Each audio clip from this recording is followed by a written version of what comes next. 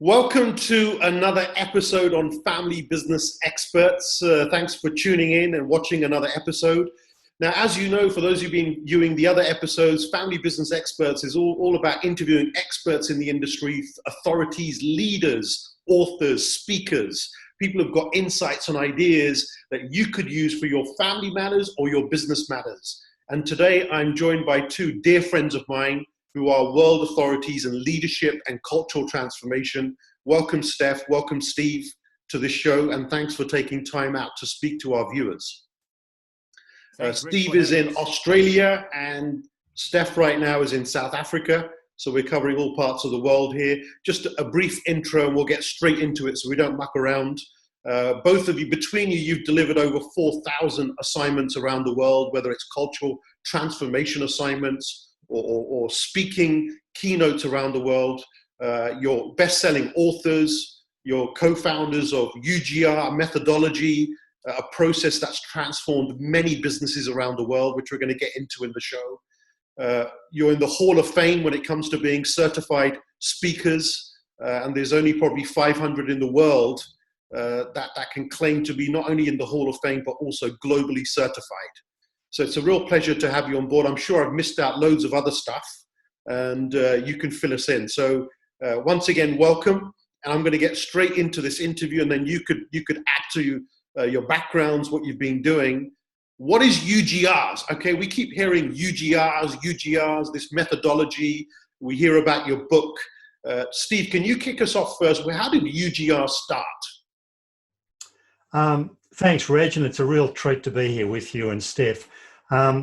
UGRs was created probably 30 or more years ago in response to a request that I had as a much younger man to do a presentation on workplace culture. Now, I'd studied culture when I'd done university study, and when I came to prepare for this presentation on culture, I went back to the books that I'd studied doing my master's degree and made the decision that I couldn't present what was in these books, these academic books, back to these leaders, because all the stuff that was written on culture was so academic and so philosophical. So it was then I created the concept of UGRs, which stands for Unwritten Ground Rules, which we define as people's perceptions of this is the way we do things around here.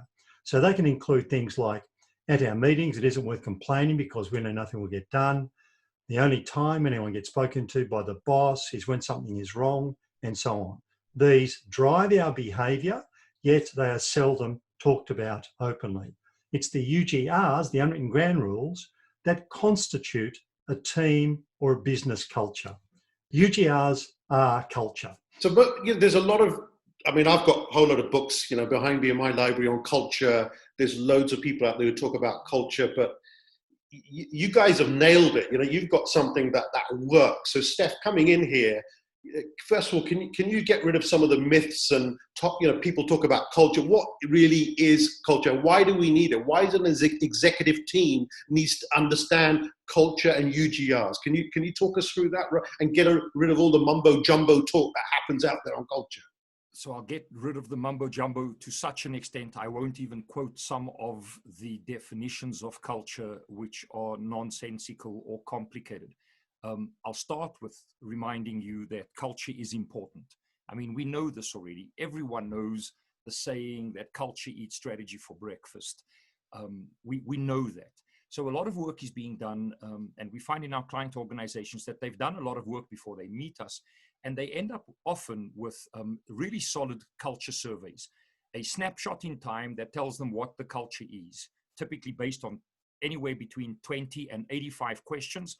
And now they have a snapshot. It's what happens after that really matters, we think.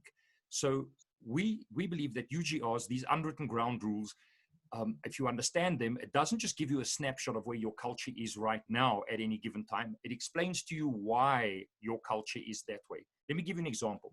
An organization tells us that accountability is important to them. You credited Steve and I earlier with being the co-founders, co-starters of the UGRs concept. Truth is, Steve came upon it by himself, ran with the concept for a couple of years, And then I came on board, and over the last 20 years or so, we've evolved it together. So previously, when Steve was still doing this alone, went back to one of his old mentors at the University of Western Australia, directed him to the Curtin University of Technology, and they did a lab experiment with Steve. He can talk more to that later if you want him to. And they came up on this insight that we can have a quantitative and qualitative grasp on culture by asking what we now call lead-in sentences, lead-in, I-N. Here's the example. I want to know about accountability in an organization. So we would ask questions like this, and they are open-ended. Around here, when someone says they will do something, ... Now, the responses to that range from you can dream on, or it'll get done immediately. And in between, you have answers like it depends who asks, and a whole bunch of other stuff. If we want to focus on accountability, we ask a question like, around here when someone needs help, around here when someone makes a mistake, around here when the pressure is on. I'm going to stop there, but there's a rich bank of lead-ins that aim at every cultural attribute you can think of, and those insights, those responses, then give us an understanding of where the culture is at. We use that as a base to help people to then drill in, understand what the culture really is about, understand the themes, the driving forces, the leader behaviors, and finally make recommendations for improvement. Can I ask Stef, maybe even what Steve wants to answer? I get that, and I get the methodology, and hopefully people watching this, by the way, don't forget to subscribe if you're watching this, hit the like button, share. Details in the description for UGRs so you can find out more from Stef and Steve of how this works. But just for now, it's a process, I get it. But what about if you've got 100 people in a company or 200 people or 1,000 people? I know you guys have worked with companies with 15, 20,000 people to do this. People have got their own minds. They've got their own conditioning. They've got their own belief system. They've grown up from a young age with this DNA. How the hell do you rewire that with a UGR methodology and then create transformation? How does that happen? Steve, are you taking this? Well, I'm happy to, Stef, or do you want to go? Let me give it a quick go. Reg, here's what happens. Besides the fact that those individuals come into an organization with their own mindsets about virtually anything that exists, relationships, responsibility, accountability, and all of that. What happens is a new employee, he rocks up at a workplace on day one, and they get to see who parks where. And now they know something about the hierarchy of the organization. They sit in their first meeting, and they get to see whether it starts and ends on time, whether there's an agenda. They get to see in their first meeting what happens when someone asks a question. On the job, they get to see what happens when someone makes a mistake. And they know after a day or 2 or 3 on the job, exactly what the prevailing unwritten ground rules are in that workspace. And herd mentality and group behavior then typically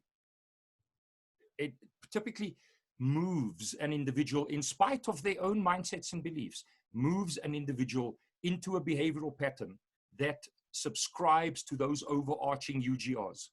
And if we can identify those UGRs and shift them so that a new employee would see a different set of behaviors on day one, that they would see their values manifested, then it becomes a wave of its own, and we actually shift behavior to where we want it to be. Steve, you want to pick up on that? I was going to ask Steve maybe to add to, how long does that process take then to rewire, get people, into the new cultural way of doing things? How long does that take? Well, there's conventional wisdom, Reg, that it takes 3 years to change a culture. We actually disagree with that. We think it can be done in a very short term, but the trick then is sustaining it. So a couple of things to add to what Stef has just said. We honestly believe that UGRs in many cases can override personalities. So the new employee example, our view is that the new employee, and it doesn't matter how senior they are, when they start, they will normally be quieter than they otherwise would be. Why? Because they're checking out what the UGRs are. Now, they don't have the term UGRs in their heads, but they're actually, this is a function of being human beings. Any new group we're confronted with will normally stay quieter than we otherwise would. Why? Because we're checking out the UGRs. Why? in order that we can conform. We conform, the vast majority, not everyone, but the vast majority of us conform to what we believe are the prevailing UGRs. So then it becomes a question of, is our current culture a function of luck or chance, or is our current culture a function of design? And we believe that culture is so important that leaders must take the responsibility for leading their culture. We did some research, Reg, where we asked a fascinating question. We asked this question: if the culture of your workplace was to become as good as it realistically could, how much improvement would there be on people's performance/productivity? Now, when we do this face-to-face now with leader groups, we remain stunned by the responses we get, because typically the average that will come out from leader groups is 40%. 40% improvement would occur if the culture was realistically improved. Now, that's massive. You know, if I'm running a session, I will say, let's presume you've been wildly over-optimistic. Halve it. Would you take it? And of course, the answer is yes. So there's this enormous capacity for performance improvement that rests at our feet. It is the culture of our workplace. This is an exciting prospect. When typically, you know, in the industry, when it comes to anything related to culture, these initiatives are driven by HR, a HR team. And I've been in many family business environments where I know where the problem lies. And the problem lies with the team at the top, in their ivory tower. It's in the boardroom. It's the chairman's office. And I remember, Stef and Steve, you know, you introduced me to UGRs about 2006 is when you first introduced me to UGRs. And I remember working with a client around that time, and I was on site with them for 2 weeks. Okay, 2 weeks, lots of programs running every day, and it was a fairly new client for me. And I remember arriving early, 8 o'clock in the morning, in the boardroom preparing. And for the next 1 hour, there would be people opening the door, having a look who else is in the boardroom, go back to their office. Well, those are UGRs, Reg. Yeah, but you guys transformed things for me, and I'm sharing this story, but hopefully for the viewers, and we can link this back to why it's important that it's owned or run with an executive team and not just a HR department. Because in this particular company, the problem was with the chairman. And everybody was having a look, you know, who else is here, went back to their offices. We're meant to start at 9 o'clock. No one's in the room apart from me. I'm calling the chairman's PA to say, where is the executive team? Where, you know, we should be starting. They said, well, the chairman's not here yet. And then the chairman arrives at 9:30. Okay. He goes into his office. He says, where is everybody? We need to start. So the PA is now calling all the C-level executives going, the chairman's here, the chairman's here, the chairman's here, the chairman's here. And they all come rushing into the boardroom, all sit down. And we're ready to start. And the chairman's still not in the room. It's now 9:45. So I go to the PA, where's the chairman? She goes, well, he's in his room. And I said, do you want to call him? She goes, I can't call him. I said, I'll call him. So I knocked on the door, and he's on his laptop. And I said, Chairman, we're all good to go. Everyone's in the room. Should we get started? He said, oh, sorry, I'm coming.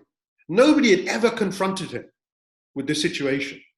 But everyone knew, like you talk about UGRs around here, the culture was around here, we don't start on time.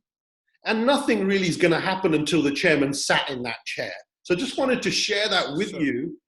And a couple of touch points around what you're saying, Reg. One of them is that we often get asked, so do you change culture top down or bottom up? That's a moot point. It's both, and I'll touch on that in a moment. But nothing changes until the senior team own the dialogue. And we are firm in our conviction. In fact, I believe it is this insight that aided Steve in landing McLaren as a client. I believe he was asked, so what is mission critical to shifting our culture? And we believe there are three things. Number one, that culture has to be a top 3 strategic priority. It has to be on the agenda. It has to be managed and measured, and people have to be held accountable.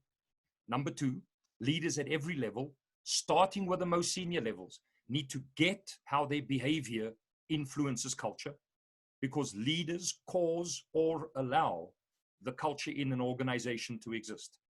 And thirdly, leadership, and this is not a paradox to the second point, leaders are not responsible alone. People cannot look up to the leaders and say it's their job to shift the culture.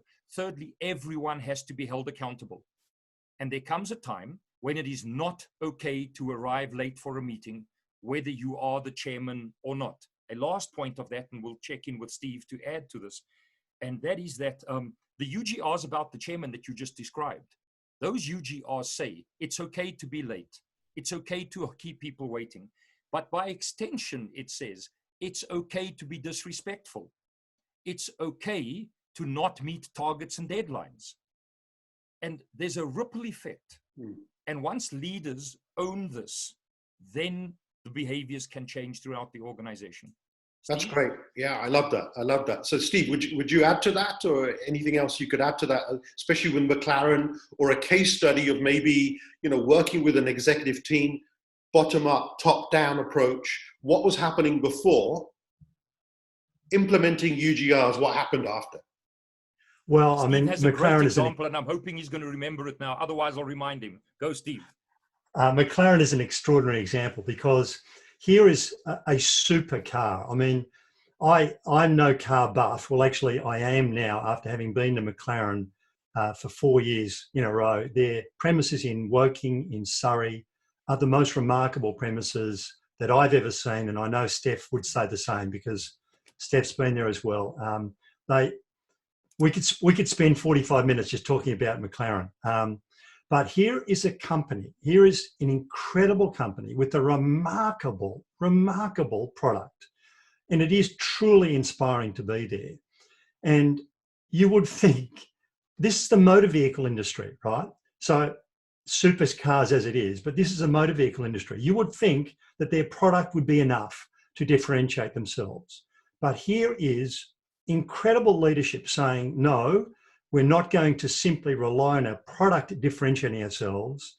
We want also our culture to be a major point of differentiation. So enormous credit to McLaren for saying, we want this dual point of difference in our product and in our culture, which I think is truly admirable. When Stef and I were first there together, I'll leave Stef to explain what he took photographs of, which I think reveal a remarkable culture at McLaren. And we're on the same wavelength here, I hope, Stef. I hope so too. Throw me another hint. You took photographs.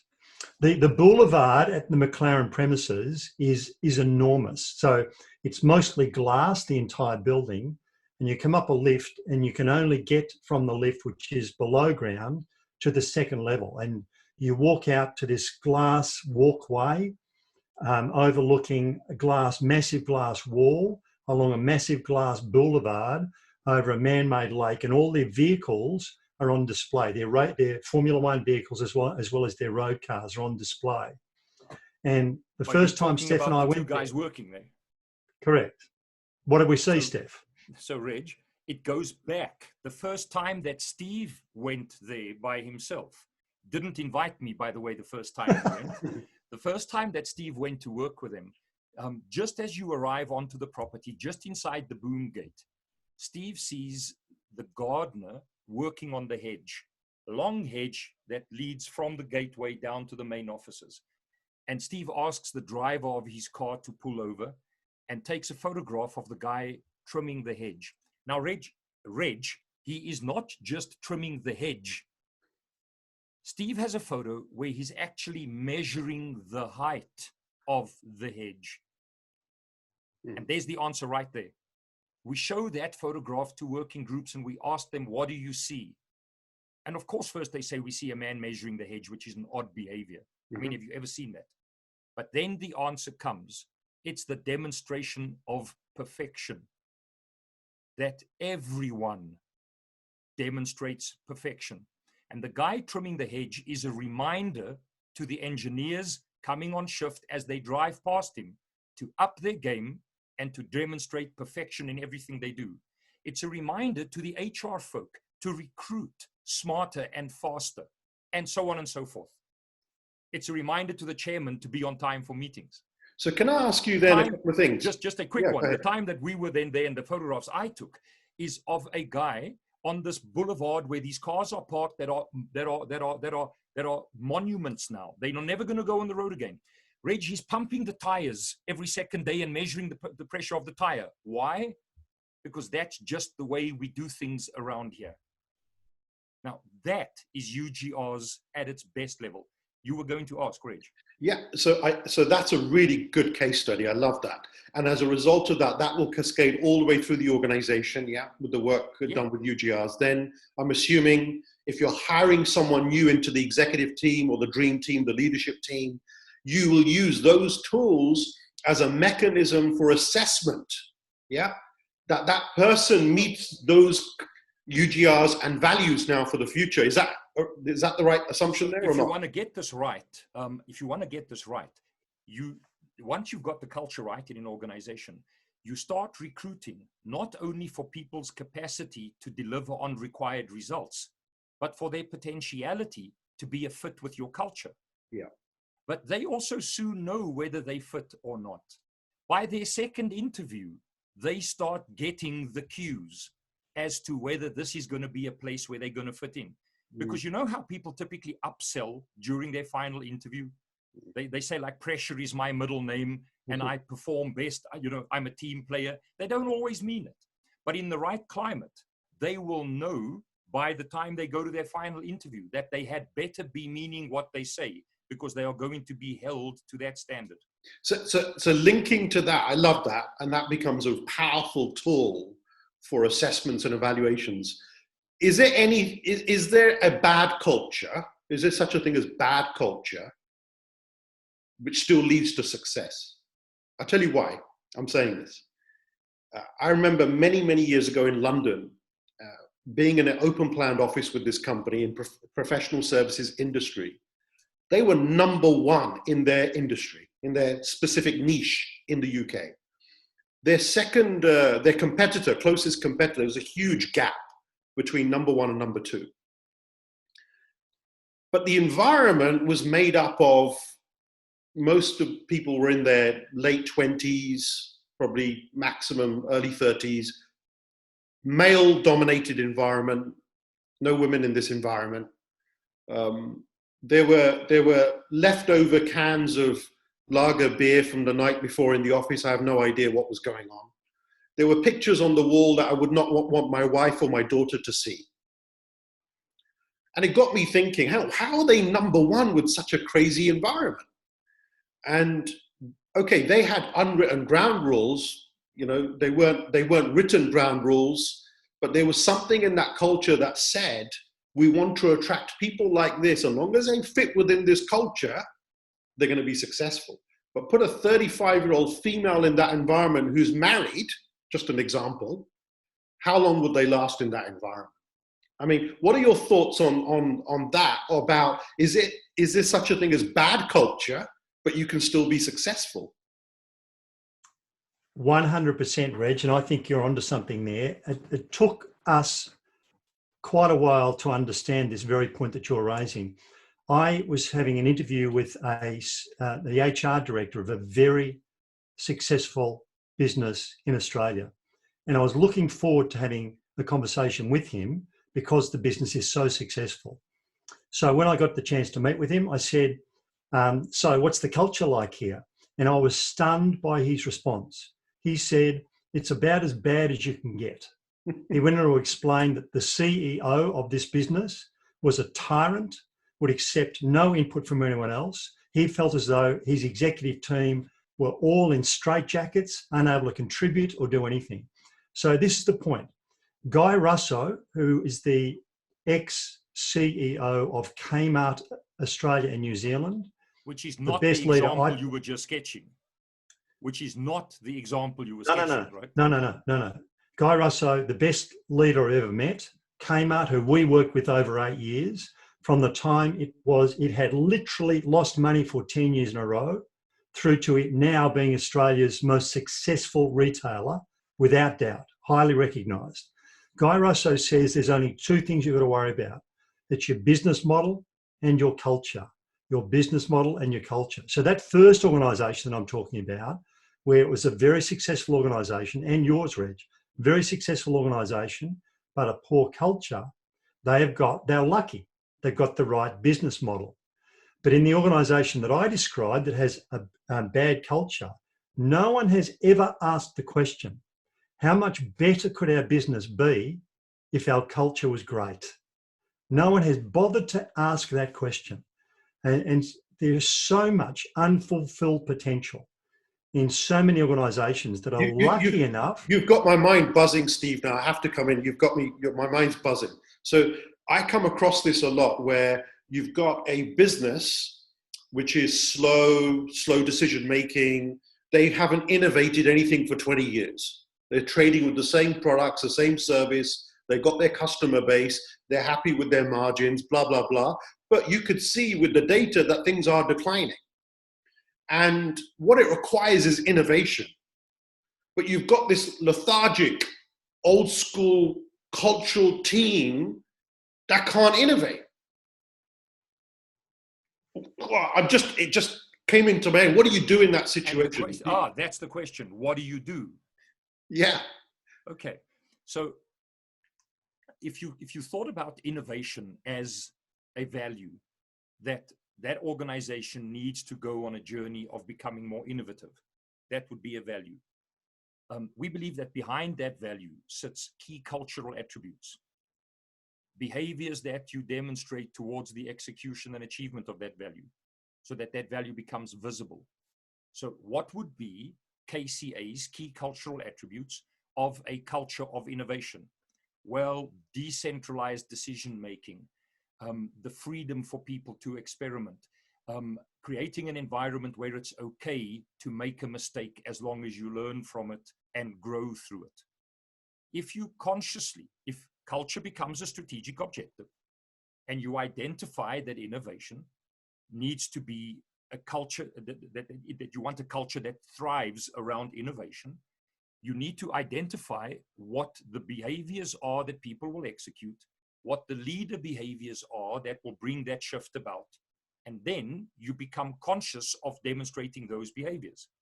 And there comes a time when those behaviors manifest themselves and they then become the unwritten ground rules. Make sense to you? Yeah, so you're saying to me then, by going through this UGR process, we could take that lethargic, comfort zone, legacy business and transform the culture so it becomes innovative, yeah?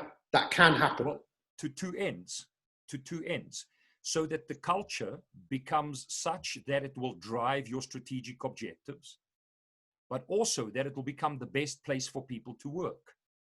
Now, back to your example of the place with the posters, the example that you sketched.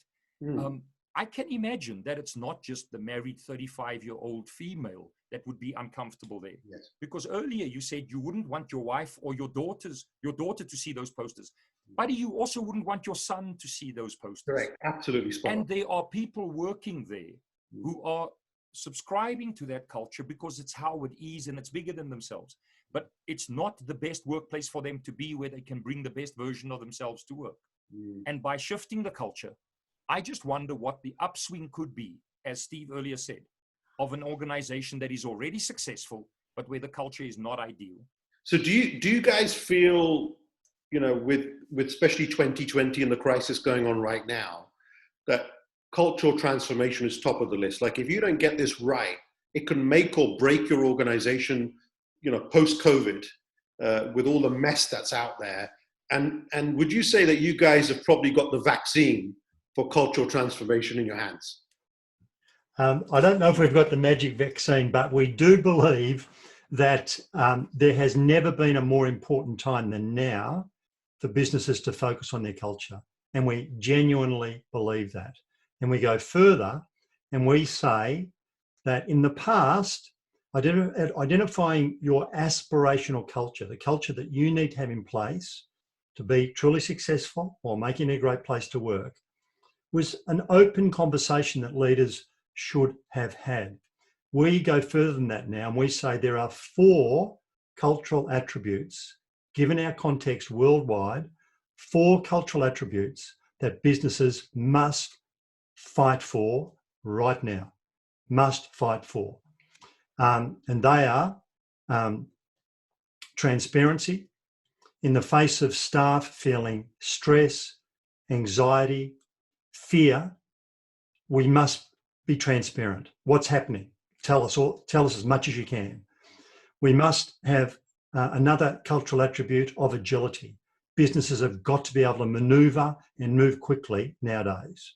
We've got to have a cultural attribute of creativity and innovation, because if we can't get creative and innovative now, when will we? And fourthly and finally, we've got to have a cultural attribute of support and care for our people. They have never needed support and care more than they do now.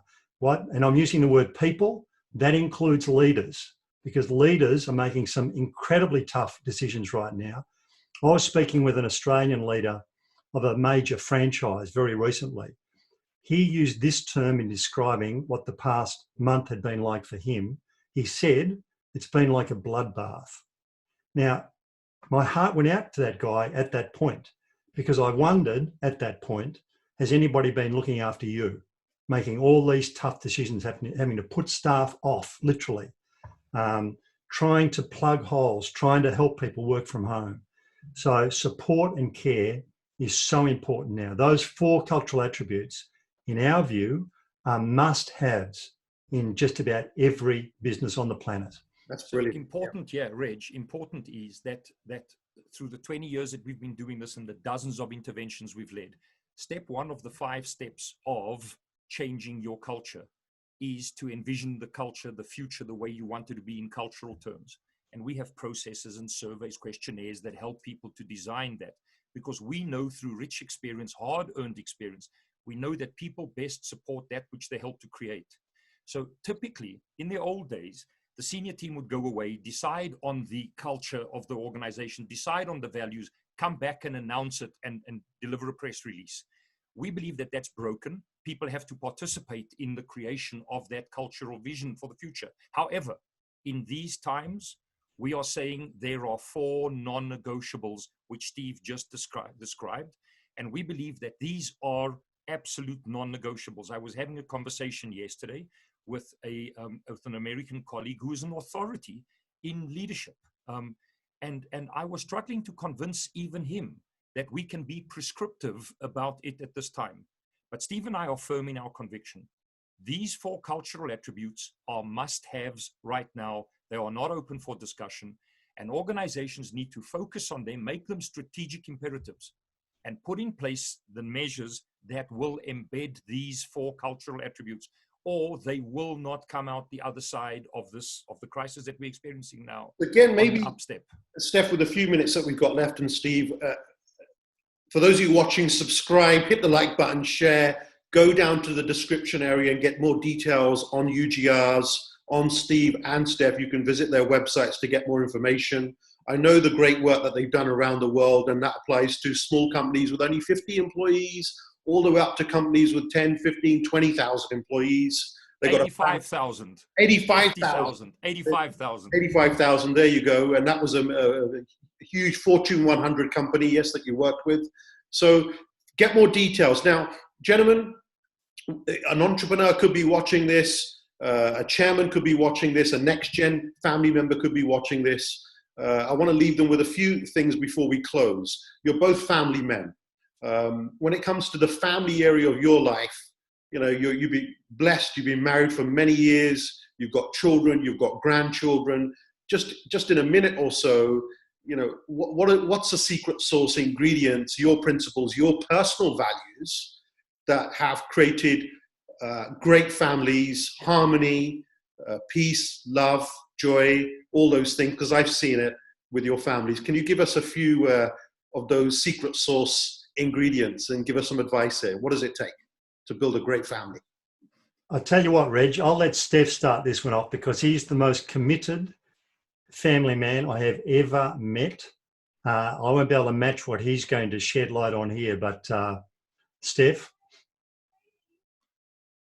Reg, this is an entire different conversation for another day because you have my mind reading now. We were speaking about business culture just a second ago. So let me start there quickly. In family businesses, Reg, I think one of the really important things to remember is that in the early days, it will be the personality and the charisma of the founder or founders that lead the organization and the culture. But they have to, during their lifetime, they have to put in place a culture that is bigger than themselves, something that transcends them. And at that point, I think the conversation becomes relative to the question you just asked about families. 3 days ago, my daughter launches a website here in South Africa where we are still in lockdown and where we are, majority of our nation are unemployed, are hungry at this time. More people are starving to death than are dying from the virus. She started an initiative. People should go there and look www.alone, A-L-O-A-N, alone, not alone.co.za. It's an initiative to raise loans, interest-free loans for individuals who like Uber drivers, who right now can't even service the premium on their car, the loan on their car. You're wondering where this, how am I going to get to the answer to the question that you asked me? It was when I saw her do that I realized that she's a monument to everything we've tried to instill in her. That not through what you say, but through what you do, people aspire to become more like you. And this is a complicated conversation for me because this puts a spotlight on me and I'm not comfortable with it. We'll leave it for another episode. But here's the answer, Reg. I think that Frankel had it right. And then in businesses and in life and in families, the two key ingredients are committing oneself as an individual and as a collective to something bigger than yourself, to building something that will transcend your time here on this planet, to building something that will be bigger, and that even if you are just the bricklayer in the monument, that you get how the laying of the bricks build that monument so that one day you can step back and say, I laid those bricks. I wasn't the architect, but I laid those bricks. Here in South Africa, a good example of that is this Nelson Mandela bracelet I wear with his prison number on it. It was at his memorial service that when I heard Barack Obama speak, that I got the answer to the question that you are asking me. That Barack Obama said that Nelson Mandela made him want to be a better man. And it was then that I realized that my small contribution counts. I cannot be the architect of the rainbow in our rainbow nation, but I can paint my little bit of the rainbow every day by demonstrating acts of kindness, by making eye contact with a beggar at the stop street. And that relates and permeates through everything that we do and also in our families. So you asked me, how do families become better? I think that they become more committed to each other's needs than to their own.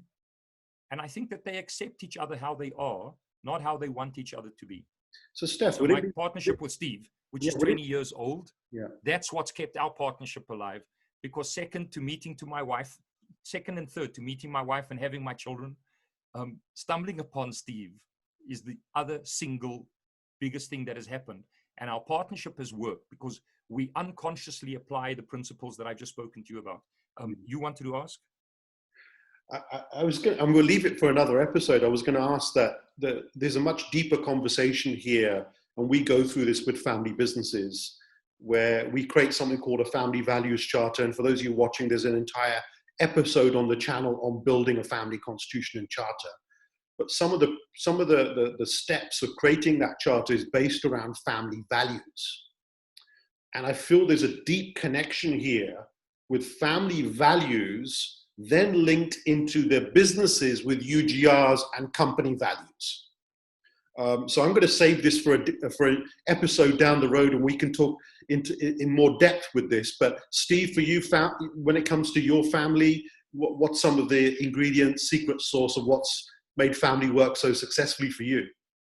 Well, so you're after a secret vaccine, and now you're after a secret sauce, Reg. Yeah, I need it more in this episode. Look, I think Stef says it for all of us. I can't top that. To be honest with you, Reg, have not explored it's been pointed out to me on a number of occasions that UGRs has applications in families, which I totally agree with. I've not explored it in any depth. I've, kept it to UGRs within businesses. But, I think the principles apply. See, what we're saying about UGRs in businesses is let's no longer leave our culture to chance. Let's get conscious about it. Let's get explicit about it. And let's identify the kind of culture that we think is necessary for us to be successful or making it a great place to work. And, there's only a slight adaptation of those questions for a family context. And I guess that's what you're doing in many cases, Reg. You're saying, let's configure our families and our businesses consciously. Let's be conscious and explicit about this. See, the example I would give, and it does fit, and hopefully a separate family UGR's process can be co-created in the future. But if I'm working with a family and our firm is working with a family, I'll give you an example. You've got a family gathering going on. There's a barbecue. It's a lovely afternoon, Saturday afternoon, and two of the next generation, 5, 6-year-old, are playing football with each other in the garden. And in the distance, they can see two of their uncles arguing with each other. They don't think too much of it, carry on playing football, having fun. And then maybe next month there's another gathering going on. They can see that there's another 2 people in the family also raising their voices and talking the same way to each other. Cut a long story short, that 5, 6-year-old is 25, 26 years of age, is in the family boardroom. And you talk about around here, we or UGRs. And he's modeling the behaviors that he saw. He's already pointing his finger to his uncle saying, how dare you respect me? See, here's the snag. It's not okay to live 2 lives. It's not okay to be 2 people. You need to be the same person in everything that you do. And so sometimes I hear conversation about presidents, and I won't name any, you know exactly who I'm talking about. And they would say, it's okay for him to have done that in his personal life because that was personal. Reg, it's not personal, buddy. It's who we are. Yeah. And so when you have one way of being, one code of conduct, that you behave the same when you're in front of your kids as you behave when you're not in front of them. I think then you create a foundation. That's so clear. People to emulate.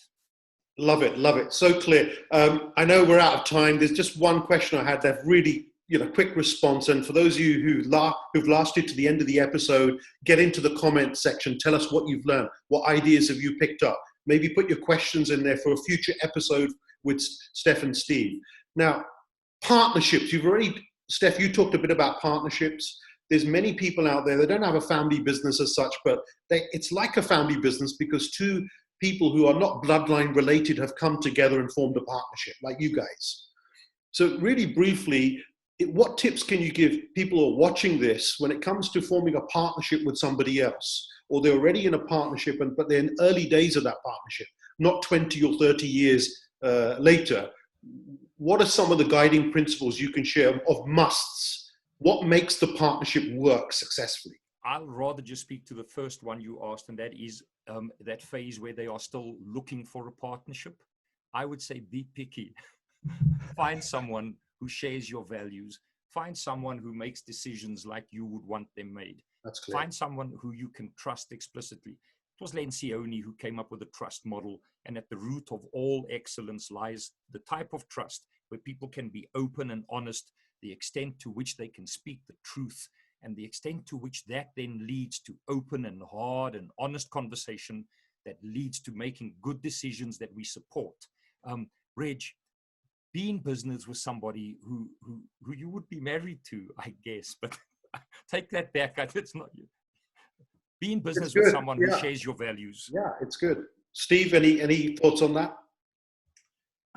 They're pretty hard to find those partners. I think we were very, very lucky. We bumped into each other and there was a connection instantly. I was working with and there is a point to this. I was working with a group in Kmart and there was around 50 people in the room. This is pre-coronavirus days. And one gentleman said something in front of the group. There was 40 or 50 people in the room. And I knew the answer to the question that I gave him in front of everyone else, because I said to him, what you just said now, that was difficult, wasn't it? And he said, absolutely. And then I said, well, you've just taught all of us something very important, and it's this. Maybe we need to go into 1 or 2% levels of discomfort before we make any progress on the culture front. So what's my point in response to your question, Reg? I think for partnerships to work, we need to be authentic and honest with one another and broach the tough issues, because there's the romance at the start where we see no issues with the other person, but they will become evident. And we've got to have the conviction. And I say to people, always be guided by good intent and always try to be constructive. If those two, if we use those two principles, but are prepared to tackle the tougher issues, then I think that enhances the prospect of it being successful. Beautiful. Well, I want to thank you both. We're out of time. God bless you both. Thanks for being in my life as well, and having known you both for so many years. Likewise. Well done for all the great work that you're doing. And again, for those of you watching, subscribe, watch some of the other episodes. We've got a whole bunch of other things on family business legacies, next generation entrepreneurs, millionaire mistakes, interviews with successful family businesses around the world. So watch some of the other videos. Thank you very much, Steve and Stefan. We'll be back with episode 2, where we'll go deeper into the family UGR areas, okay? Thank you very much, and see you all again soon. Bye for now.